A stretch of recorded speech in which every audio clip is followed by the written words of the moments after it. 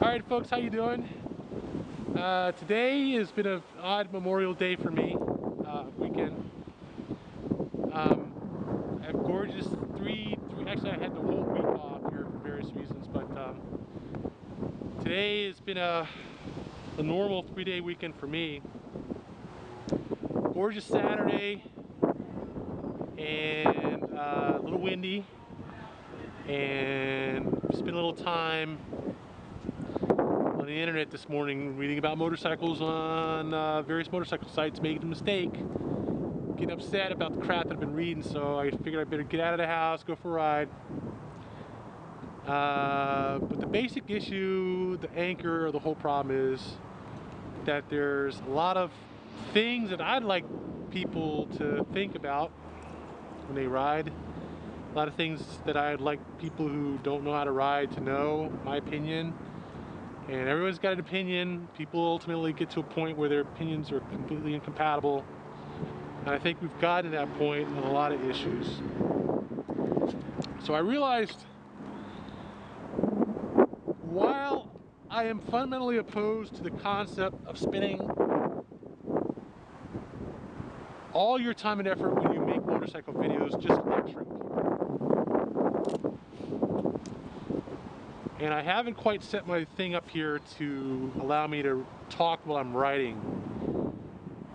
This has got good points and bad points. I make some voice notes before I ride, and I can talk about stuff before I ride.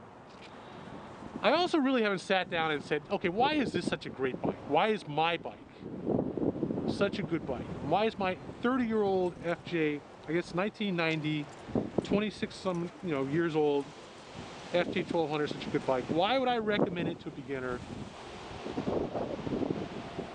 What do I see in it that would make me recommend it to other people, beginners or advanced riders, whatever? And how can I demonstrate this?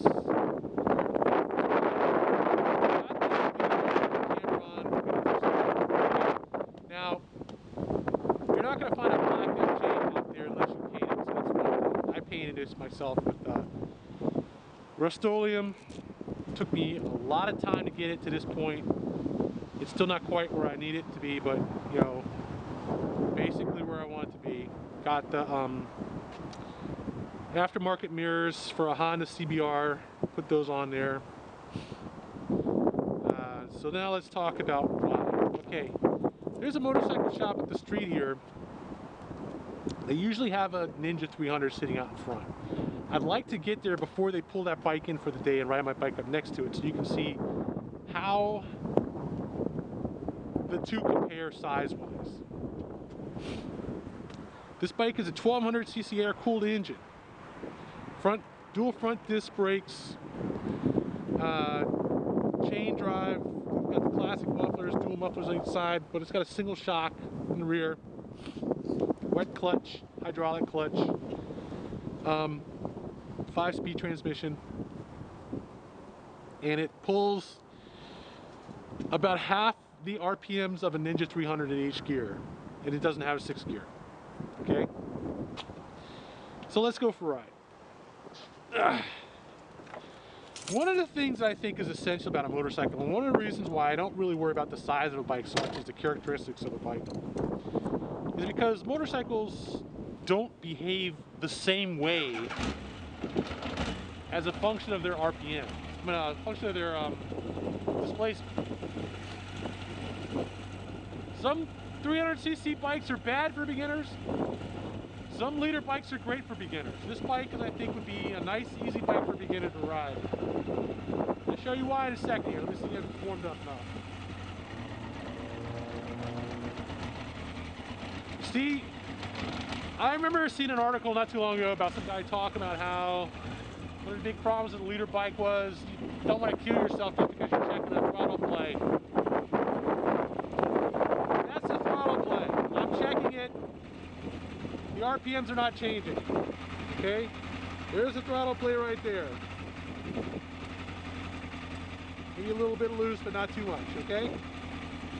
Throttle play is between where the top of it is when you twist it away from you to where you twist it towards you. that roughly 2 or 3 millimeters of play is a throttle play. You're not going to kill yourself by checking the throttle play in a bike. Doesn't matter how big a bike it is, how small, how much power it has, whatever. I don't even know why people say that kind of shit.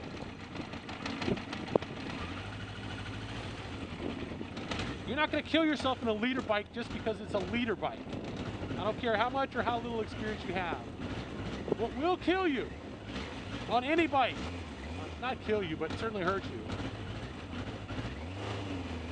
You do shit like this, pull the clutch in, and then you drop the clutch. Okay? Do this. And you drop the clutch. That's only 5,000 RPM. At 5,000 RPM, this bike probably has about 40 horsepower. It has a 9,000 RPM red line, in which it makes at most 110 at the shaft. About the same as any 600, except that the 600 sport bikes are making that power at 13,000, 14,000 RPM. So you have to do this at twice the speed, and then drop the clutch before you see that power. You're not going to do that. No one in their right mind is going to go rev the shit out of a bike like that, then drop the clutch. No one in their right mind should sit there and watch you do that, which is even more important. Warmed up now. Okay. So, off idle. 15,000 RPMs. Give it a little bit of gas. I ease the clutch out. Away we go. Okay? Now trust me when I say this to you, that right there differentiates this bike from a whole lot of sport bikes and a whole lot of regular bikes. Most what you call street bikes versus sport bikes have a decent power response off idle.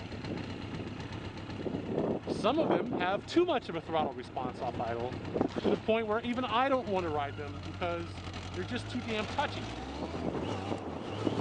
More like that, okay? What you want off idle, and what this thing has, is a smooth response, okay? That is a huge thing in terms of rideability of a bike. The only reason that I can see that somebody would even suggest that you buy a small bike is because they don't want to be responsible if you kill yourself on a fast bike. They say, oh well, it's the smallest bike, it's the safest bike that he could have bought. How can you really hold me responsible once he got on it and he decided he was going to ride it? Don't believe that bullshit. You can kill yourself on a small bike just the same as you can kill yourself on a big bike, riding it like an idiot. You don't know what the hell you're doing, or if you do know what you're doing, riding it like an idiot. Okay? You need, no matter what bike you get, big or small, you need to learn how to ride it in a parking lot just like this, safely. With the clutch in 99% of the time. Just cracking the throttle.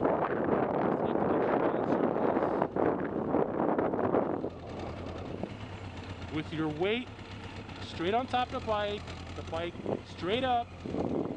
Learn how to use the steering lock on the bike. Learn where the steering lock stops so you don't get caught by surprise. Learn how to keep your balance. Doesn't matter how much power the bike has or how little power the bike has, it's all the same. Anybody that tells you different either doesn't know what the fuck they're talking about, or they don't give a shit about it enough to tell you. All they want to do is get you out of their face. You should be able to do this kind of stuff all day long. Whatever bike you get.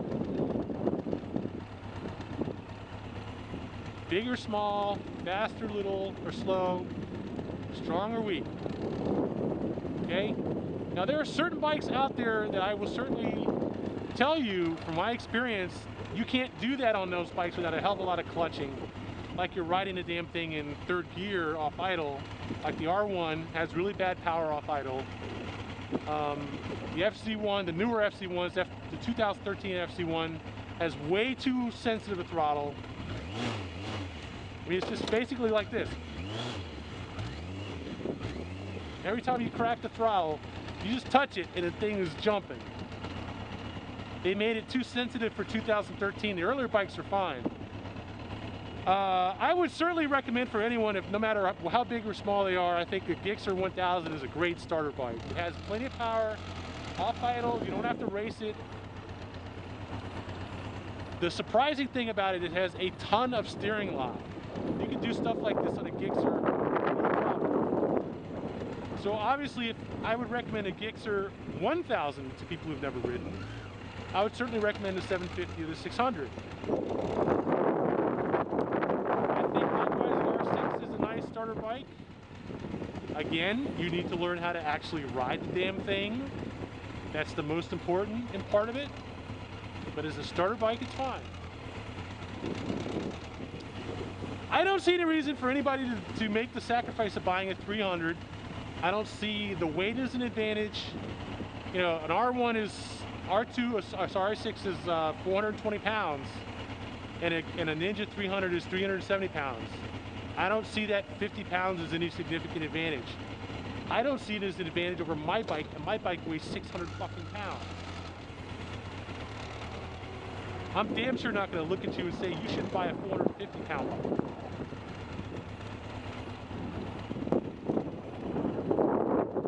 Now, you know, a 700, 800 pound cruiser is a different story. It's a whole different game. You know, I'm not going to get into that. Wouldn't choose to ride a bike like that anyway. I'm definitely not going to talk about a bike I don't really know. I just know they're even bigger, heavier, and harder to turn. Lower seats, that kind of thing. But the main thing is, man, it's all about how much you control yourself, how much you practice. It's not about the displacement of the horsepower, it's about the rider. Anybody who tells you it's about the displacement of the horsepower doesn't know what the hell they were talking about. You really shouldn't listen to them. Now, you can make the argument that if a leader bike is safe for a beginner, then a 300 is even safer, and maximizing the safety is the main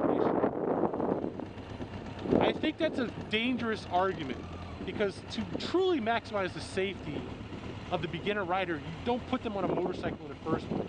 If you're going to ride a bike, you're going to take risk.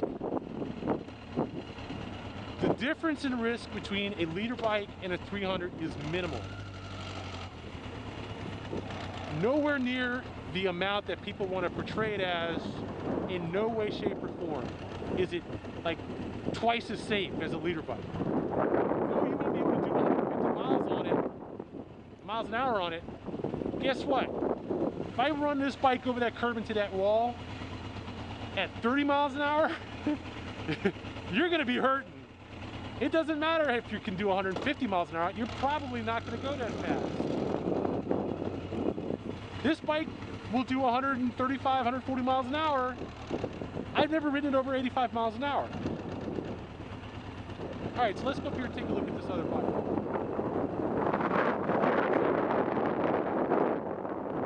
Besides just sitting around here wasting gas. See now, nice and easy, I'm pulling 1500 RPM. The bike is fully responsive. It doesn't stutter, it doesn't hesitate, it doesn't give me any shit. Not hard to turn. Doesn't do like a CBR 1000 where you crack it and it goes bubba, bubba, bubba, bubba, bubba. It actually goes. It goes. See? It goes. Brake, off it goes. Same thing with the Gixxer. You can ride it nice and slow and low RPM.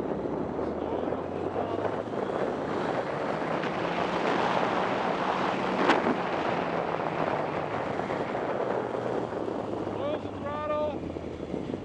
Stop the bike. Get off the brake. Turn the bike. No problem. That's called rideability. That's the big issue. You can do what I just did with the Ninja 300. You can do it with the Gixxer.